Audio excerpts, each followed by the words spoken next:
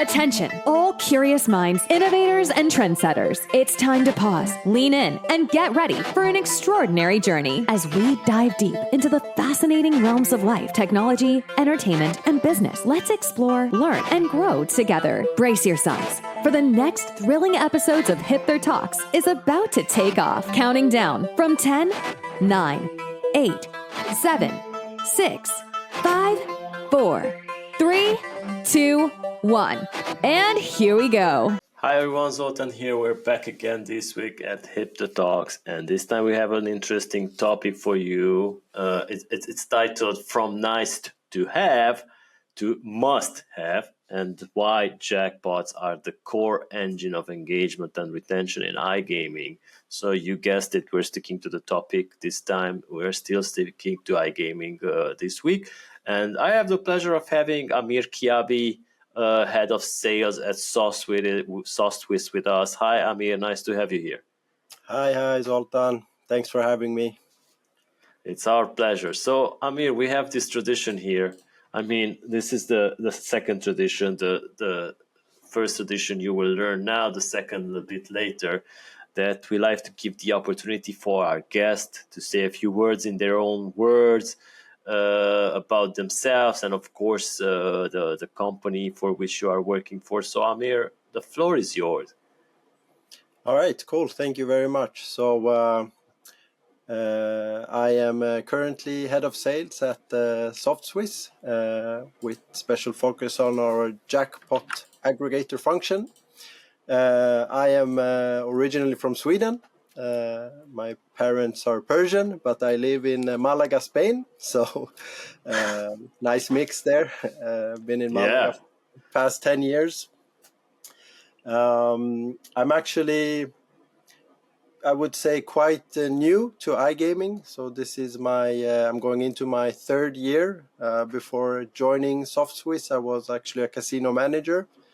So that was a great school to learn the industry.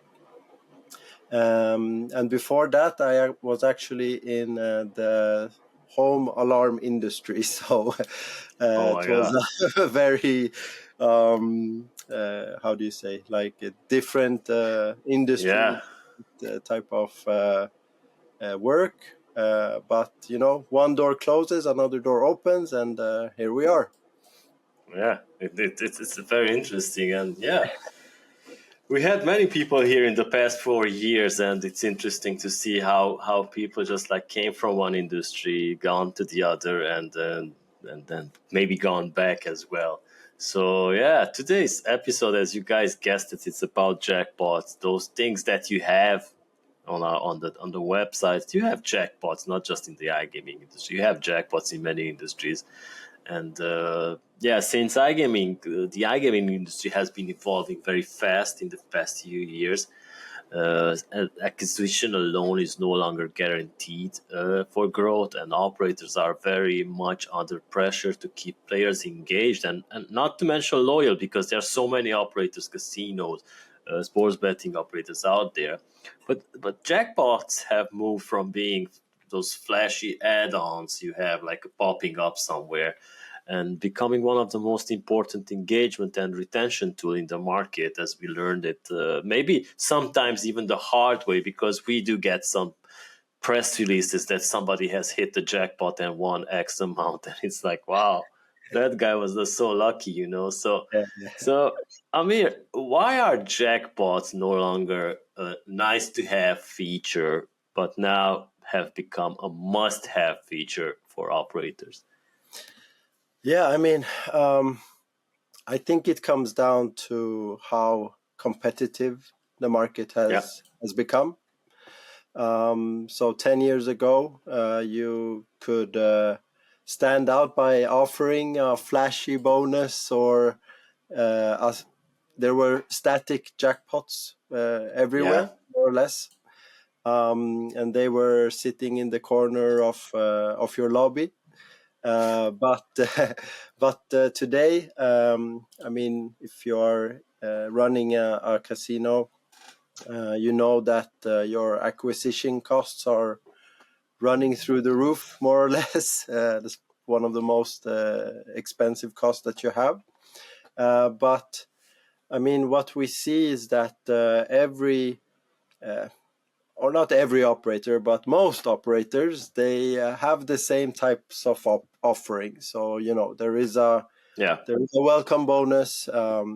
There is a large game offering, and the same types of bonuses. I mean, you see them more or less everywhere. So what makes the players kind of stick around, or you need to give the players a reason to stick around, basically, right? Yeah. And what I feel and what I see is that Jackpots is a good way to do that. They're always running in the background. You can use them to create a story. Every bet adds to the pool. Every spin feels like it can be the one, right? Yeah. And that anticipation is what kind of keeps the players more engaged. It keeps them coming back the next day to try again. So I would say that in the current kind of landscape, if you don't have a jackpot, you're kind of missing out. Yeah, I mean, if your casino disappeared tomorrow, would your players miss it? Too many brands look the same. And if you are really creative, you can make a jackpot part of your brand identity. I mean, so that's how I see it from a nice to have to currently a must have. I mean, you really need to have it as a part of your offerings. For sure. All right. So you mentioned that you come from the home security part. So how does it feel now? What was the jackpot there? Because every industry and every workplace has a jackpot. What was the jackpot there? Oh, well, what a great question. The jackpot there was that the alarm never went, or there was no reason for the alarm to actually go off. Everything was safe and sound, and there were no fire alarms or something like that. So the customer not needing to have anything to do with you was a very good thing. So that was the jackpot, right? So so it's very strange, that part when the alarm never goes off in the home security is one thing, but here the alarm does go off and you hear sounds and everything. Oh yeah, so it's quite the contrast. It's big contrast, and I usually from what we've seen, most of the people who won jackpots are not those who are coming back every day, watching for the next spin, hunting the jackpots, and some random person just gets it. Yeah, for sure, and that's the beauty of it, right? Yeah.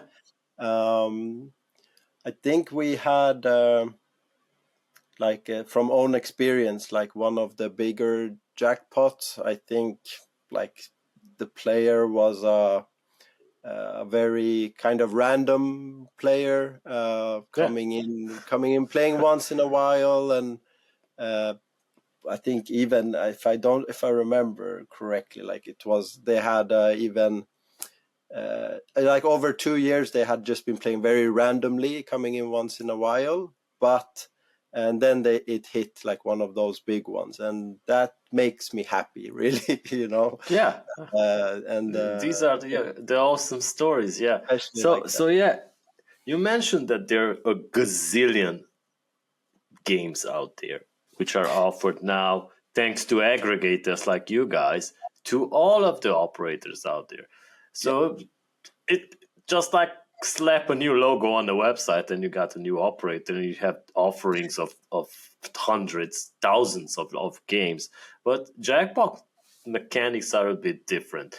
And so I would like to ask you about what jackpot mechanics are proving most effective in engaging and also retaining players. Because like I said, there are many operators that might be listening to this podcast, and like I said, they have their website, they have the logo, and that's it. But they want to entertain, and they also want to keep those players. So what are those mechanics?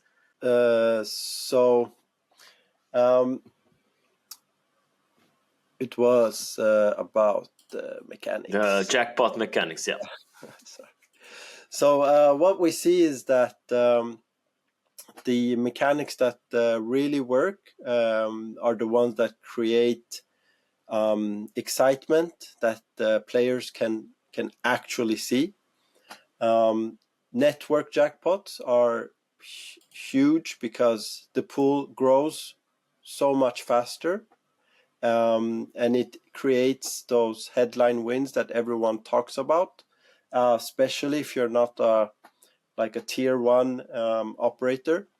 You can tap into the network jackpots and really use it and market it, and your CRM team has a lot to work with there, right? What we also see is multi-prize jackpots. They are also really effective. So instead of having one winner or one big winner, you can spread the excitement across a lots of players, right? And that keeps kind of people more invested as well, and you kind of build a community feeling with that. And then we have my kind of personal favorite, which are the drops. I absolutely love drops in every way, shape, or form. Daily, weekly, monthly, multi-level, time-based, bet, doesn't matter. The reason why I love drops is more from my previous role as a casino manager, where it's one of the most kind of engaging mechanics there is, right? It creates excitement, it creates engagement. It's brilliant for retention, because players know that something is going to happen, so it results in players staying longer, or coming back the next day to continue their kind of hunt, so to say.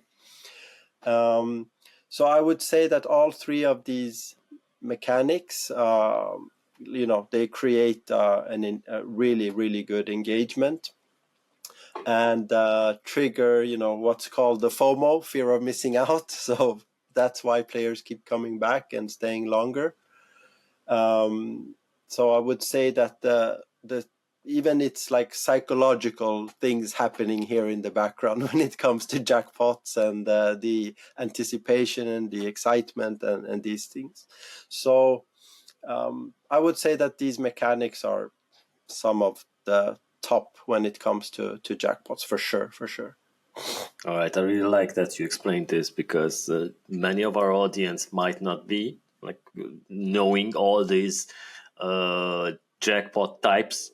Especially since we have audiences coming from multiple industries that are probably now learning about, wow, there's different types of jackpots. So I'm also interested about how do these jackpots directly impact player retention compared to other engagement tools, because there's so many out there now, of course, being powered by AI and everything. So yeah, for sure. So what is retention, right? Retention is keeping players active over time, to having them coming back the next day. So I would say that jackpots do this in a way that's very different from, for example, handing out bonuses or free spins, if we take that as an example. So a bonus will give you a reason to log in today, but the jackpot gives you a reason to log in tomorrow, the next week, and you keep coming back. It's still running, it's still growing, and it's still going to drop, right? So as I said, again, the psychology is really important here, because the players know every spin or bet they have a chance to trigger something that's much bigger than they can get from maybe a bonus or a free spin, right? And that ongoing anticipation is really what extends the session lengths and drives repeat visits. So that's how I would say that the jackpots kind of stand out to other tools. Then we have like wheels, you have loot boxes, you have all of these types of different types of tools to say, but I would still want to put, because as you said, there is jackpot.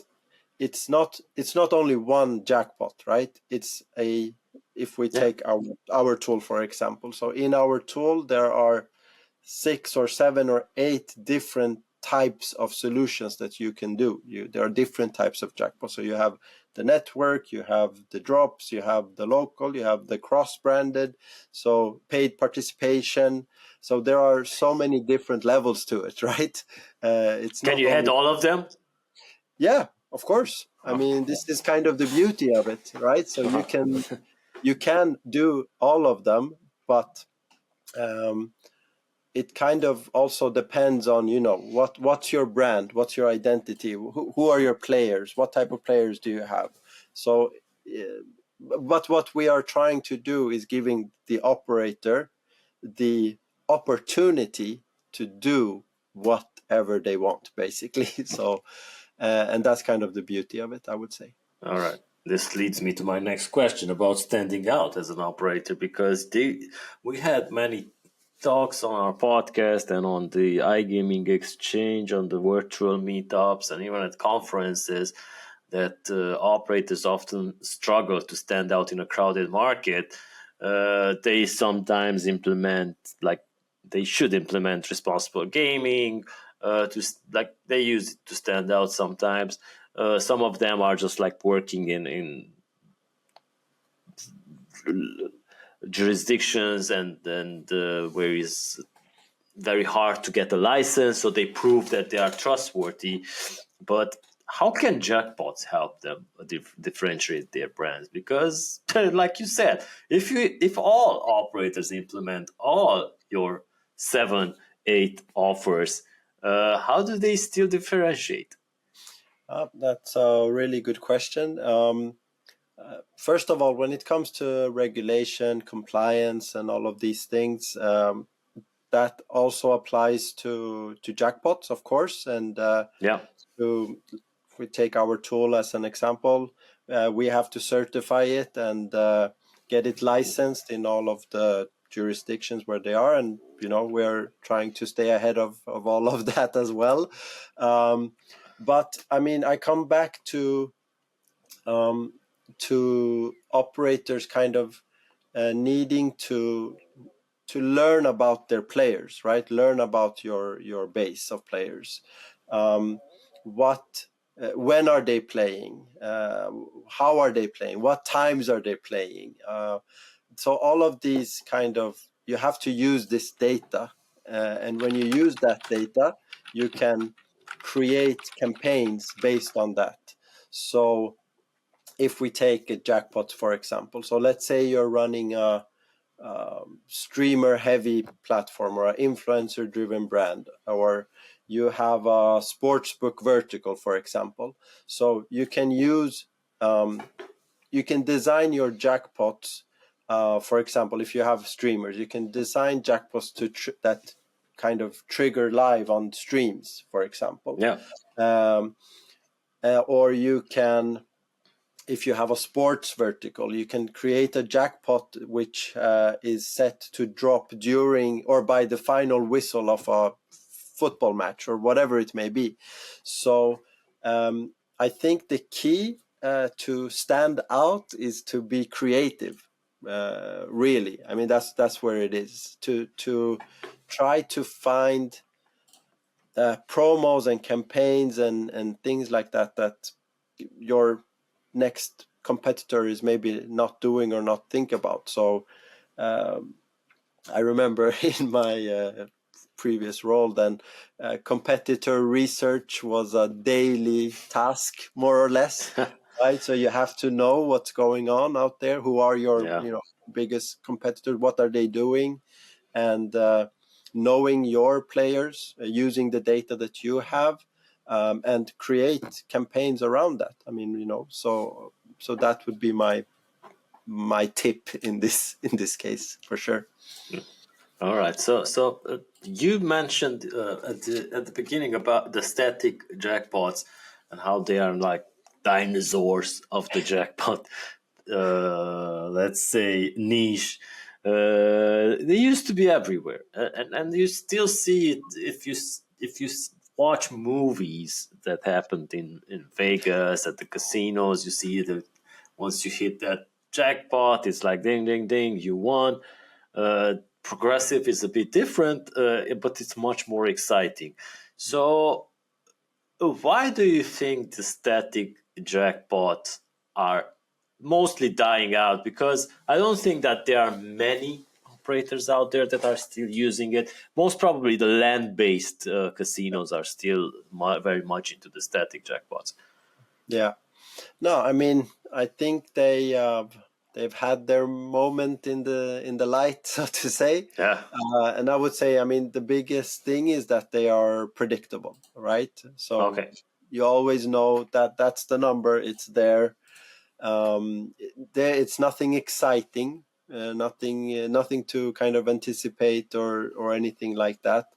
And what we see, I mean, players expect things that move, things that maybe are time-based or something that's growing in real time.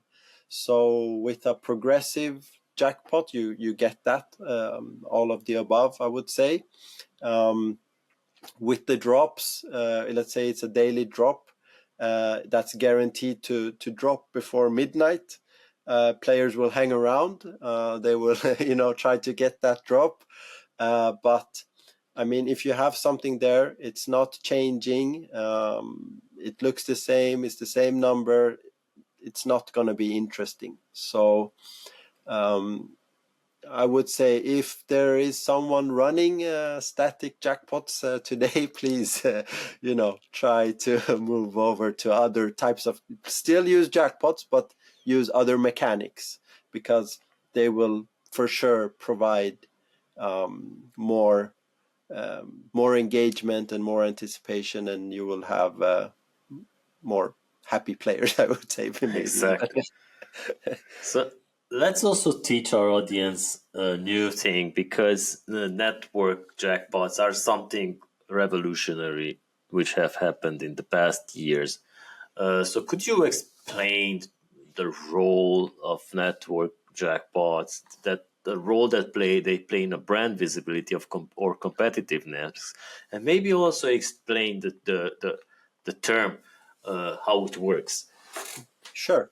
So network jackpots are essentially jackpots that tie multiple operators together.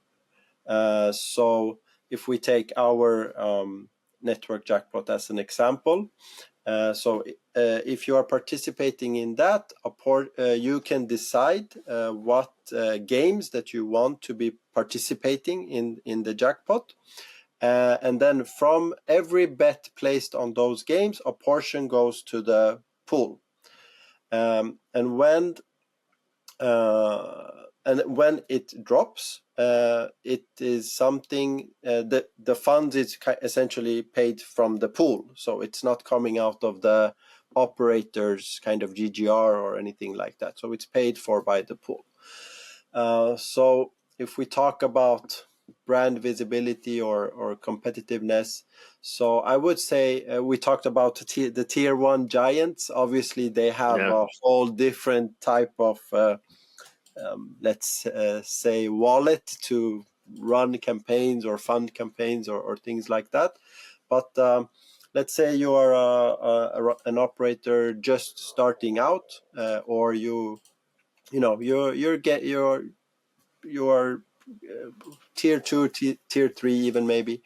So having being a part of a network jackpot, I mentioned it before, to be able to market a 700,000 or 800,000 euro jackpot campaign in your casino is quite huge. So CRM team, marketing teams, they can work with this.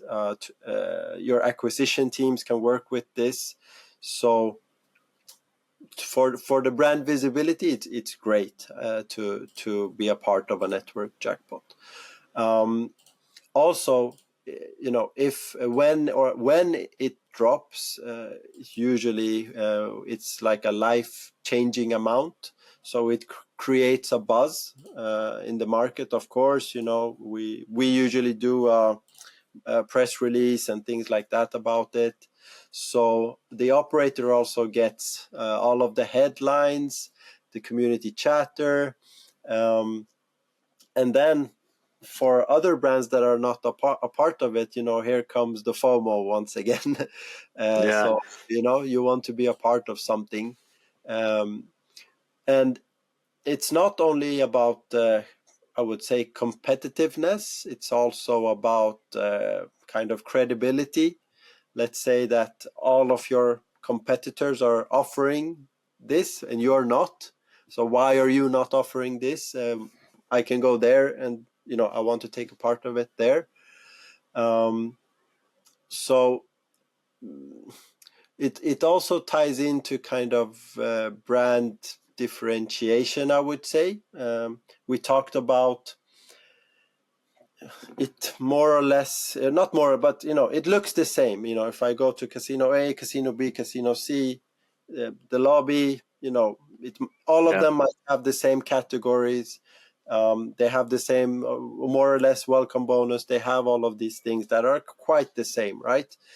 But operator C has a network jackpot with 800,000 euros and counting. So maybe that's where I will go, right? So I would for sure say that network jackpots is a real engagement tool or an engagement solution to have as a part of your casino, for sure. I also want to add, like with we have crypto casinos, for example. We have different types. So you can use different types of fiat currencies or cryptocurrencies or things like that. So you're not locked to it showing euros, for example, as well. So you can use it for your wherever you're operating. So I think that's important too, for sure. All right. So before we hit the recording button, Amir asked me if before we start recording the podcast, we just don't talk for 5 minutes to get to know each other. So of course, we usually do this during the podcast, and I just want to ask your personal opinion because nobody is listening. That you mentioned that these lobbies are mostly the same. Different coloring and the even sometimes the lists of games and everything is the same. So in your personal opinion, doesn't that piss you off? Because I think that we see these even because we also host the conferences, the HIPTHER conferences, and we see that every time we try something new, it's like we hit persons, give them a slap on their face.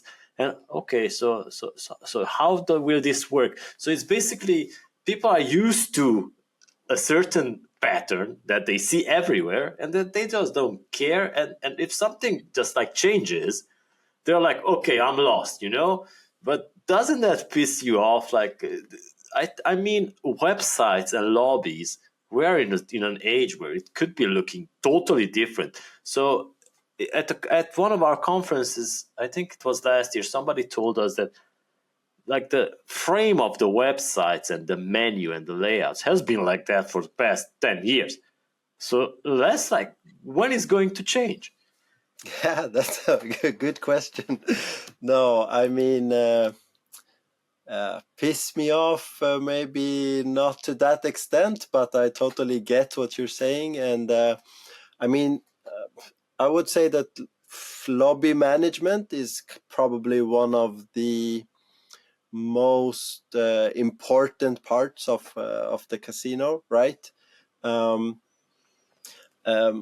Personally, I would say that looking forward, maybe AI and these things would need to play a key part here to kind of give every player a personalized experience when they enter a lobby. Um, Looking at what are they kind of playing, what are they doing, where are they going, you know, are they only playing tournaments, for example? Then when they when they open the lobby, maybe what they see should be a tournament page, you know, with the ongoing tournaments instead of the main casino lobby. So I do think we will be headed in that direction going forward. But, you know, as we all know, this is a copy-paste industry as well. Yeah, yeah. Right? So if something is working for someone, then it might work for the next one as well. But I think that you know, being a casino manager is really tough, man. I'm going to tell you, you have to, you know, you have to really, as I said, you have to know your players. You have to use the data. You have to pick and decide what games are the best and what should be up there, what shouldn't. And, you know, there's a lot of things in the background happening as well. But I would like to see a more kind of AI stuff coming in here and working with personalization and you know, every player entering the lobby. If you and we enter the same casino, but you have the other preferences, I have other preferences, we see totally different things. So that would be, you know, that's where we should be headed for sure. All right, that's good to know. So, like I said, I am like maybe thinking too much ahead, but can jackpots go beyond the casino vertical? Yeah, for sure. We touched upon sportsbook earlier, right? So I think that's one of the most exciting shifts we are seeing right now. We have our own sportsbook jackpot as well. So traditionally, I would say jackpots have been tied to slots, to the casino side of things. But now we have sportsbook, and we're seeing that you can create more excitement than just betting on a match. You can also bet on something and know that there is something more than the result of the game there for you. So I would for sure say that this jackpot or this vertical from casino to sportsbook, or even sportsbook to casino, is going to be quite exciting to follow going forward. You know, I think I mentioned it before. I mean, if you have a sports book, you can set up a casino which gives you free spins on the casino side, or something, or, you know. And then if you're on the casino side, you want to push your players to the sports book, you can create a jackpot, for example, which would give you something on the casino, on the sports book side. So I think this is something we're going to see much more of going forward. So, you know, you want to keep your players in your ecosystem, right? So you want them to come to your casino and play, and then you want them to use your sportsbook, or vice versa. So I think up until now, a lot of players maybe have one preference for sports and then they have another one for casino. So if these can be tied together, I think it would be very fruitful for operators, but also very great for players, just to keep everything in one place, for sure. I think that's I think And that's if a you, exciting and if vertical you, yeah, it is. And if you add esports to it, for sure. that's also something that cannot be missed out by operators Yeah, nowadays. yeah, So 100%.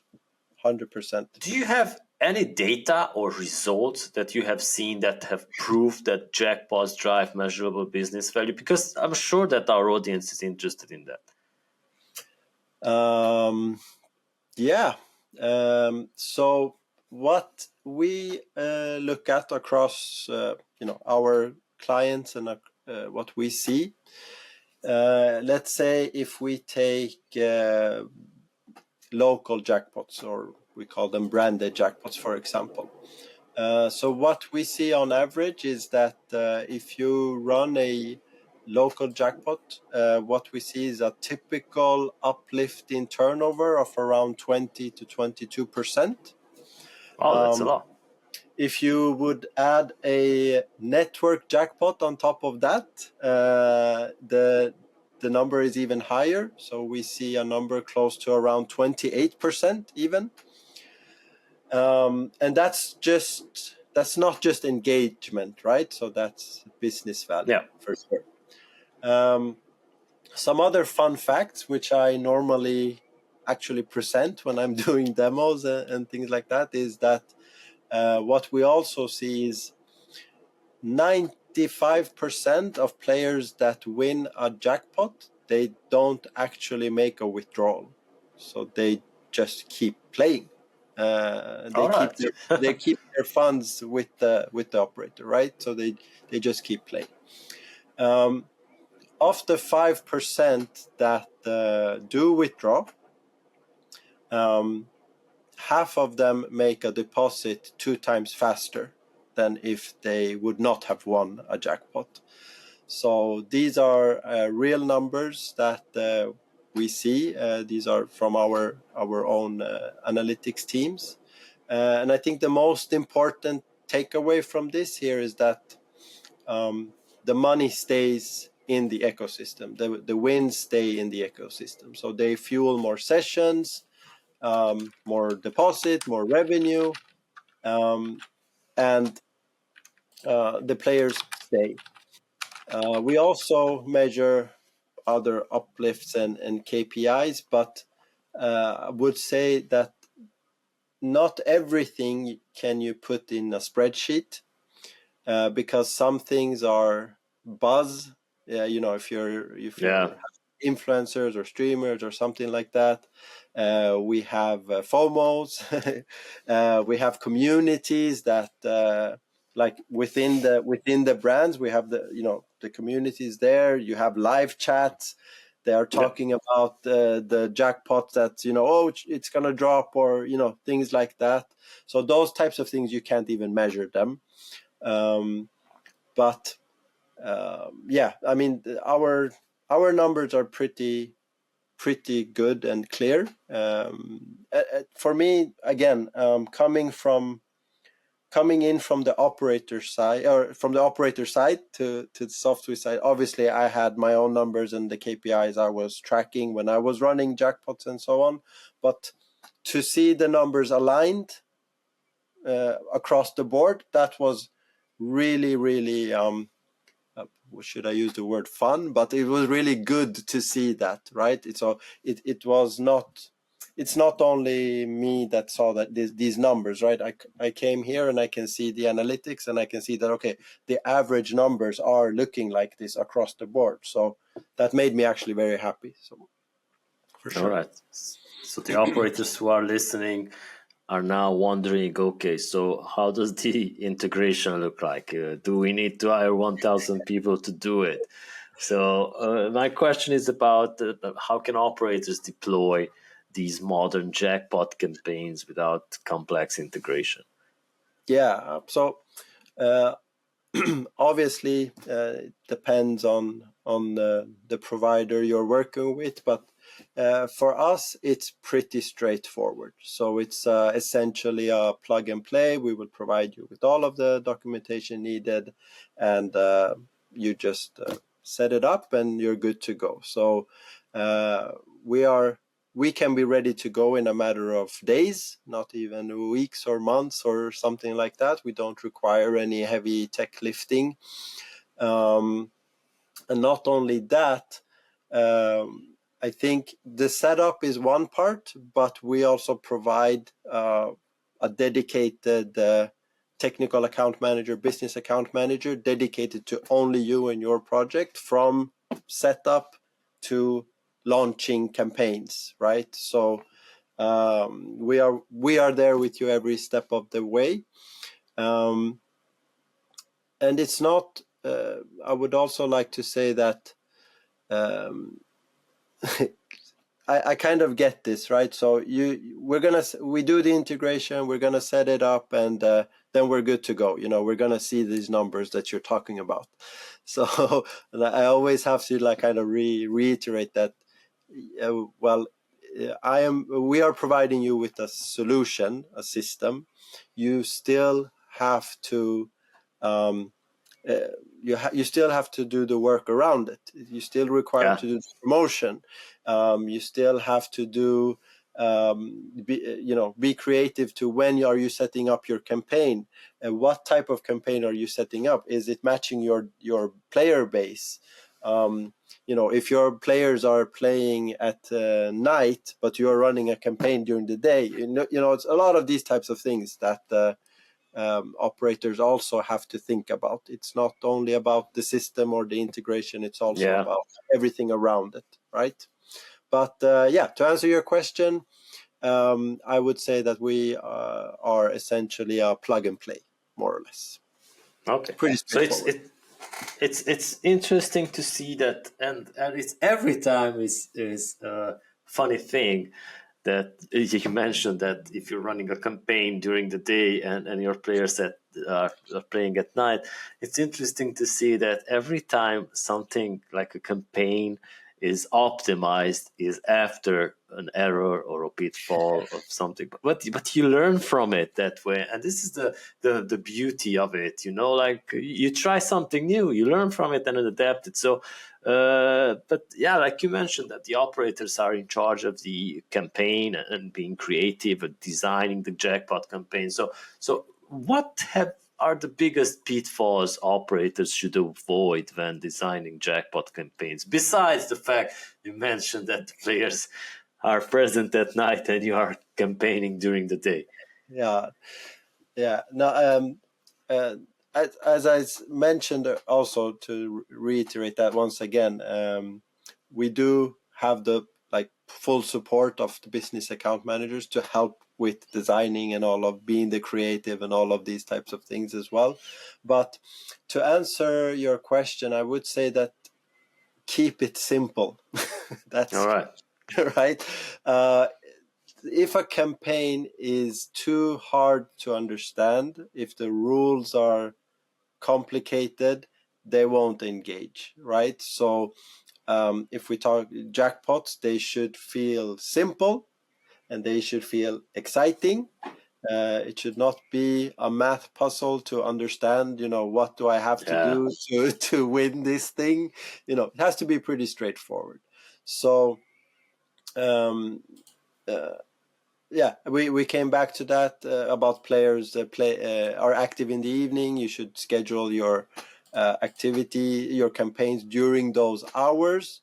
I would say that if you kind of miss such an alignment, you're really wasting an opportunity. So I come back to what we talked about before. Knowing your player base, using the data that you have, and setting up simple campaigns, simple to understand campaigns around that, basically. If you have a base of, or if your base is VIP driven, for example, maybe higher tier progressive jackpots drop may resonate more with them. So if you have the wrong mechanic for the wrong audience, that's one of the biggest kind of pitfalls you can fall in, for sure. So keep it simple and know your players, know your player base, and set up campaigns around that. Yeah, and if you overcomplicate it, you might get 5 people that are like very much into this Yeah, overcomplicated things and are happy about it, but that's it. The yeah. rest will not. You will lose them. So, what are the innovation or trends do you foresee that might be shaping the future of jackpots and retention? Um, if we are focusing on jackpots, I would think and hope, and I see, look at what we are doing internally, I would think that jackpots will become more flexible, more personalized even, maybe, and more cross-vertical. We talked about sportsbook and casino, for example. I think we're going to see a lot of more of multi-prize formats. So, I mean, tournaments do really well. Yeah, Historically in casinos. So to be able to provide such a layer, but with a jackpot, I think it's gonna work very well going forward. We'll create more winners. It will keep more people engaged, give more people an opportunity to win, for sure. I remember there have been some campaigns at certain crypto casinos that they were giving away as Lamborghinis as jackpots. What do you think about that? Yeah, it's interesting, Yeah, but certainly it's not something that's going to shape the future. no. But I mean, even those types of campaigns create engagement. I mean, for Yeah, sure, they work. That's why they're doing them. So I would also like to see, or we will see for sure more paid participation models, where it's more a player-funded type of jackpot. I think these are more kind of sustainable. They grow over time. They grow in their own pace, and does not kind of require operator funding or topping them up in that way. And I think operators really will prefer those types of models going forward. Sportsbook, we talked about that as well. I think these are going to become a standard very quickly. And I would also like to see more kind of automation in jackpots, jackpots that adjust in real time based on player segments or player behaviors. Again, bringing in like the AI into this. How can we leverage that into jackpots? I would also like to add that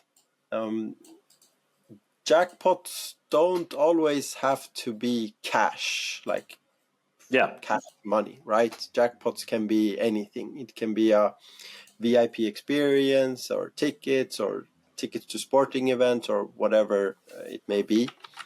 And these kinds of rewards, I would say, would create even more buzz than a cash prize, because they feel kind of unique. And yeah, I think if we can get in AI into this and make it more personal and such, it's going to be a really high valued flexible engagement mechanic for the future, for yeah. sure, for sure. Indeed. Yeah, definitely AI is going to power many things. And yeah, let's look ahead for what's in store for SoftSwiss, because I know that you guys have been the pioneers with the jackpot aggregator. We have been reporting and publishing some of your press releases about that, and it's really interesting to see all the developments that have been done. So looking ahead, what's next for the SoftSwiss jackpot aggregator? What's next for us is, I would say, continue to make jackpots smarter, All make right. them faster to launch, more creative. I would say we talked about it a bit. We have our team of business account managers and such providing support to operators, because sometimes the operators might not know, okay, now I got the tool, what do I do, right? Yeah. So that's where we come in and provide that support. And to be able to provide that support, we need to also, stay ahead of everything that's going on in the industry, to be more creative, to be able to provide that support. But I would also like to add that we are focusing on providing more flexibility, right? So we have our tool. In our tool, there are multiple solutions that are a part of the tool, and we are constantly working on adding more solutions, so that the operator has a smorgasbord of solutions to choose from, right? And that's kind of where the real value lies in it, I would say. We're also investing in smoother integration, so campaigns can be deployed quickly, and trying to kind of stay ahead of the industry. This is one of the most fastest growing or fastest paced industries there is, and if you're late, then you're late. You missed the train. So it's always about trying to be first in something. So we have our 4th birthday coming up in a month. So let's see if we have any new news for you guys out there. There will definitely be some news.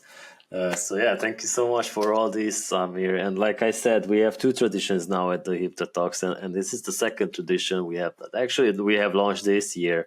We started out as the guest giving an advice to the next guest, but then I think it was Ras from SBC who started with the questions. So now we're going on with the questions, and hopefully one of our guests will give some experience words to the next one, not ask them a question. But here goes.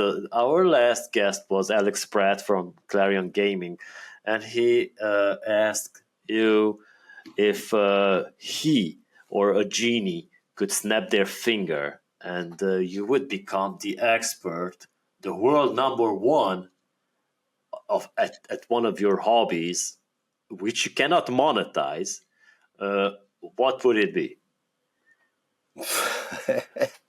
Wow, that was a nice question. Yeah, it is. So what would I be the best on, and I cannot monetize it? I had a friend back in the day, and he had a was it called like a photographic memory? Like he could see something, and it's every test in school. He just was finished in 5 minutes, and he was done. So maybe something like that would be really cool to just have it, and in that way you can be an expert in something and not monetize it. So I would say something like that for sure. All right, good. And what would you like to give? Would you like to give an advice to our next guest, or to send a question? Oh my God. Let's ask a question, maybe. Okay. So it can be related to iGaming or anything. Anything. So I assume your next guests might be an iGaming person or not. We don't know. So let's guess that they are. But let's say that if they had to predict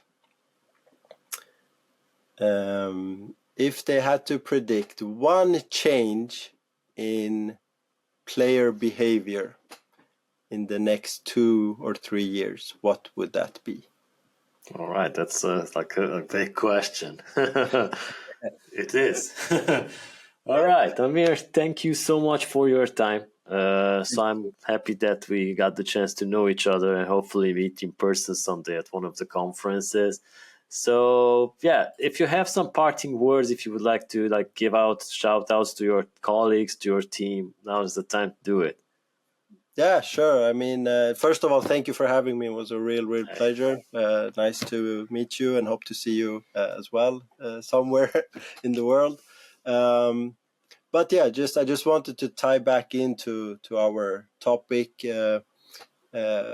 So about this nice to have to must have, I think jackpots have become like a core part of running a casino brand, and operators who will embrace this and really be creative and use this going forward, they are the ones that gonna stay relevant. And the ones who don't, they will kind of just blend in there. So to operators out there, give this some thought for sure. All right. Thank you so much. And thank you for our audience for sticking around. We will be back next week with more crazy stuff. Bye-bye. And that's a wrap for this section of HIPTHER Talks. Thank you for being a part of our journey today. Don't forget to tune in next week for more insights and discussions. Stay connected with us on Spotify, YouTube, Google Podcasts, Amazon Music, Apple Podcasts, and more. Until then, keep exploring and keep growing. We'll see you next time.